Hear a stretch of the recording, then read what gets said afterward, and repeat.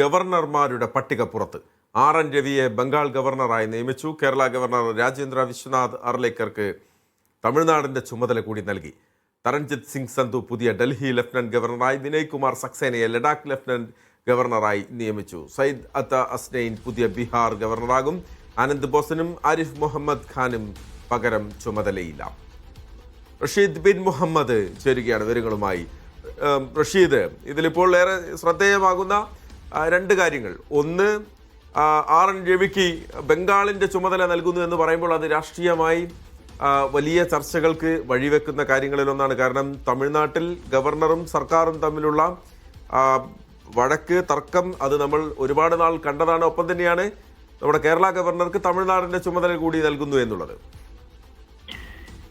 മഹേഷ്, പശ്ചിമ Bengal governor CV Anand ബോസിന്റെ രാജി അംഗീകരിച്ചതിന് പിന്നാലെയാണ് പുതിയ ഗവർണർമാരുടെ മാറ്റിക്കൊണ്ട്, അതായത് 8 സംസ്ഥാനങ്ങളിൽ ഗവർണർമാരെ മാറ്റി നിയമിച്ചുകൊണ്ടുള്ള ഉത്തരവ് ഇപ്പോൾ രാഷ്ട്രപതി പുറത്ത് ഇറക്കിയിരിക്കുന്നത്. ആനന്ദ് ബോസിന് പകരമായി തമിഴ്നാട് ഗവർണർ RN രവിയാണ് പശ്ചിമ ബംഗാളിൽ ഗവർണറായി നിയമിച്ചിരിക്കുന്നത്. നേരത്തെ തമിഴ്നാട് സർക്കാരുമായി നിരന്തരം പോരാടിക്കൊണ്ടിരുന്ന RN രവിയെ പശ്ചിമ ബംഗാളിലേക്ക് കൊണ്ടുവരുന്നത് ചില രാഷ്ട്രീയ ലക്ഷ്യങ്ങൾ ഉണ്ട് എന്നുള്ളത് തന്നെയാണ് ഇപ്പോൾ വിലയിരുത്തലുകളായി പുറത്തു വരുന്നത്. എന്തായാലും RN രവിക്ക് പകരം തമിഴ്നാട് ഗവർണറിന്റെ അധിക ചുമതല കേരള ഗവർണർ രാജേന്ദ്ര അർലേക്കറിന് നൽകിയിരിക്കുകയാണ്. മുൻ കേരള ഗവർണർ ആരിഫ് മുഹമ്മദ് ഖാനെയും ബീഹാർ ഗവർണർ സ്ഥാനത്ത് നിന്ന് മാറ്റിയിട്ടുണ്ട് എന്നുള്ളതാണ് ഏറെ പ്രധാനപ്പെട്ടത്. റിട്ടയർഡ് ലഫ്റ്റനന്റ് ജനറൽ സയ്യിദ് അത്ത ഹസൈനിക്കാണ് ഇപ്പോൾ നിലവിൽ പുതിയ ബീഹാർ ഗവർണറുടെ ചുമതല നൽകിയിരിക്കുന്നത്. അതോടൊപ്പം തന്നെ ഡൽഹി ഗവർണറായിക്കൊണ്ട് തരൺ സിംഗിനെ നിയമിച്ചിരിക്കുകയാണ്.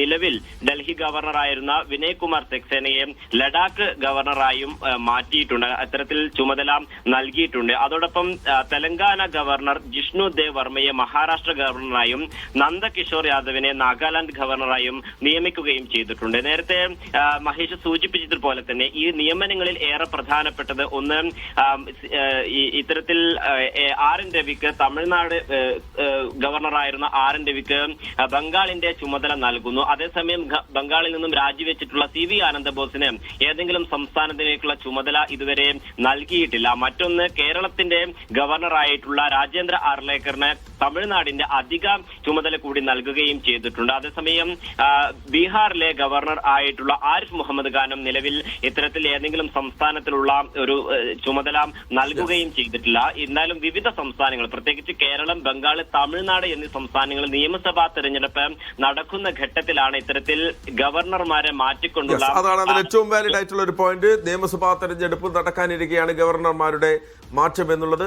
RN രവിയെ പശ്ചിമ ബംഗാൾ ഗവർണറായി നിയമിക്കുന്നത് സ്വാഭാവികമായും വലിയ രാഷ്ട്രീയ വിവാദങ്ങൾക്ക് ഒരു പക്ഷേ വഴിവെക്കുകയും ചെയ്യാനുള്ള സാധ്യത നമ്മൾ കാണുകയാണ്.